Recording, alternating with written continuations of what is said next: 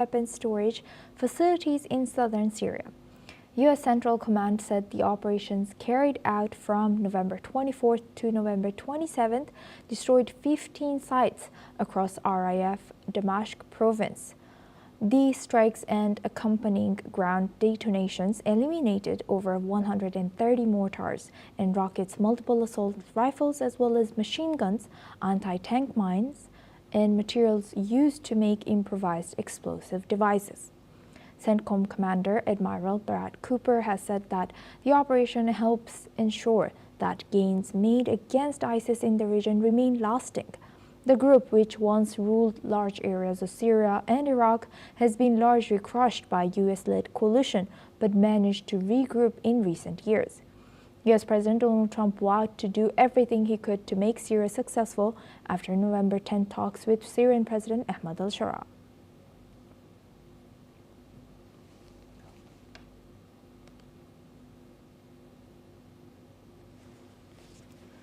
According to U.S. military, American and Syrian forces have conducted a series of airstrikes targeting Islamic State weapons storage facilities in southern Syria. U.S. Central Command said the operation carried out from November 24th to 27th destroyed 15 sites across Rif Damashq province. The strikes and accompanying ground detonations eliminated over 130 mortars and rockets, multiple assault rifles, as well as machine guns, anti-tank mines, and materials used to make improvised explosive devices. CENTCOM Commander Admiral Brad Cooper has said the operation helps to ensure that gains made against ISIS in the region remain lasting. The group, which once ruled large areas of Syria and Iraq, has been largely crushed by US-led coalition, but managed to regroup in recent years. U.S. President Donald Trump vowed to do everything he could to make Syria successful after November 10 talks with Syrian President Ahmad al-Shara.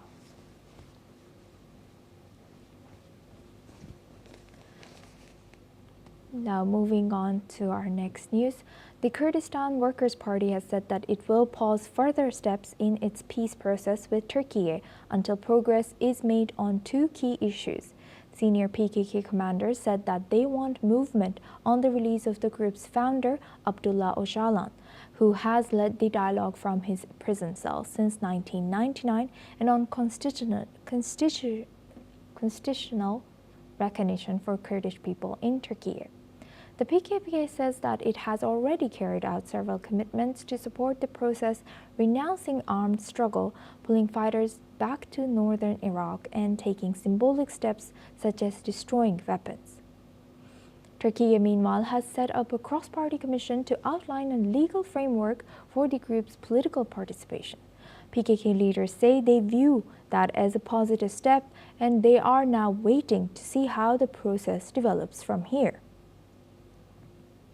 Now for this discussion, we welcome Shruti Das Gupta. She's an international affairs expert, joins us live from Delhi. Thank you very much, Shruti, for joining us again. Good to see you. Shruti, now looking at this, how could progress or lack of progress on the release of Abdullah Öcalan, how do you think this is going to be affecting the PKK's ongoing commitment to peace and broader stability of southeastern Turkey? So Turkey and PKK came to their second peace initiative in around April of this year itself. And as part of the initiative, the PKK, or the Kurdish party, put down their weapons and promised that they would refrain from any armed struggle. In return, they had only two demands. One, effective legalized representation of the Kurdish people and their rights. And the other one was the release of Abdullah Öcalan, or which means Abdullah Uncle, basically, who has been under arrest since 1999. He was the founder of the party, he was founder of the movement and armed resistance against Turkey. And he was in fact sentenced to death. The UN interfered and the death sentence was commuted to life sentence. And now the PKK wants him to either be put into house arrest or be released so that he can lead the new party that they would form under all legal guidelines of Turkey. So they want active participation under the men who founded them initially in the 1970s era. So this is what they want. This was promised by Erdogan and his regime, and now Ankara seems to be stalling it. They're trying to balk at it. And the fact that this peace actually came about is because of the letter written by Abdullah Khan, because he asked the PKK to put their weapons aside, to lay down arms, and to come to peace and talk their differences out.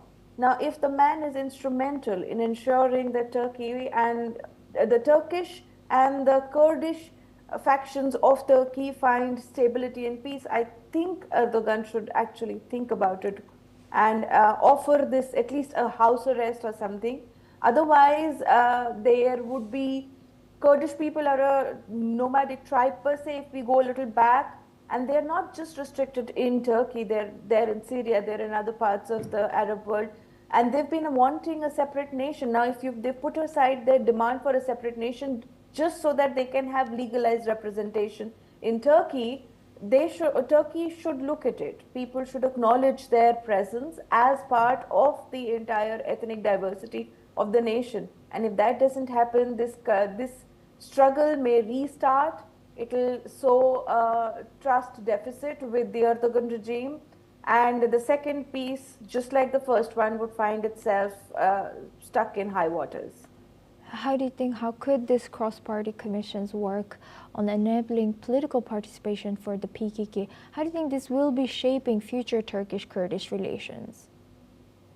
Well, if they release him or they at least allow him a house arrest and PKK gets their own particular representative, at least the voice of the Kurdish people would be heard. The main dissent is because post-World War II, they found themselves suppressed by the Turkish identity. They rejected Kurdish minority in the nation, and they did not want them to be represented in the conversations of policies as well as power politics of the entire nation. So they want participation. There is a decent amount of Kurdish population in the southern part of Turkey. Why would they not be part of it? Why would you deprive a large section of people their own particular representative in the political atmosphere? So they have to provide them with the enough amount of political representation. This is what the opposition in Turkey has also been asking about. They want peace in Turkey. They want peace with the Kurds. And if Erdogan's opposition wants it and Erdogan actually ensures they get it, that would be his party AKP's feather in the cap. He would find himself as the man who managed to finally deliver peace to Turkey. But his reluctance to release Abdullah Khan is something which has become like a fishbone in his throat and might completely derail this entire process. Right. With that, I would like to thank Shruti Dasgupta for sharing that insight. Please stay with us as we come back to you for our next discussion as well. Now, staying in the region, Pope Leo has arrived in Lebanon, where he has called on leaders and citizens alike to do their part in achieving peace in the region, describing it as both a desire and a vocation. Speaking to senior government and religious figures in Beirut, the Pope has praised the resilience of the Lebanese people. Let's listen in. It is a great joy for me to meet with you and to visit this land where peace is much more than just a word. For here, peace is a desire and a vocation. It is a gift and a work in progress. Certainly, there are millions of Lebanese here and throughout the world who serve peace silently day after day. Yet you who have important institutional tasks within this nation are destined for a special beatitude if you can say that you have put the goal of peace above all else. You are a people who do not give up, but in the face of trials, you always know how to rise again with courage. Your resilience is an essential characteristic of authentic peacemakers. Thousands of Lebanese citizens and visitors lined in the streets, many in the rain, to catch a glimpse of the Pope. Meanwhile, Lebanese President Joseph Aoun has declared, "We will not die, we will not depart, we will not disappear, and we will not surrender." Lebanon, hosting over 1 million refugees, faces rising tensions as the Gaza conflict spills over, with Israel and Hezbollah at the center of renewed hostilities. Now for this discussion, we welcome back Shruti Dasgupta. She's an international affairs expert, joins us live from New Delhi. Thank you very much, Shruti, for staying with us. Shruti, how significant is this Pope's visit to a Muslim-majority country, first Turkey and then now Lebanon? And what role can religious leadership like Pope play in moral authority and shaping conflict resolution and social cohesion there? Well, it definitely impacts the mindset of the Christians that are still part of the Middle East.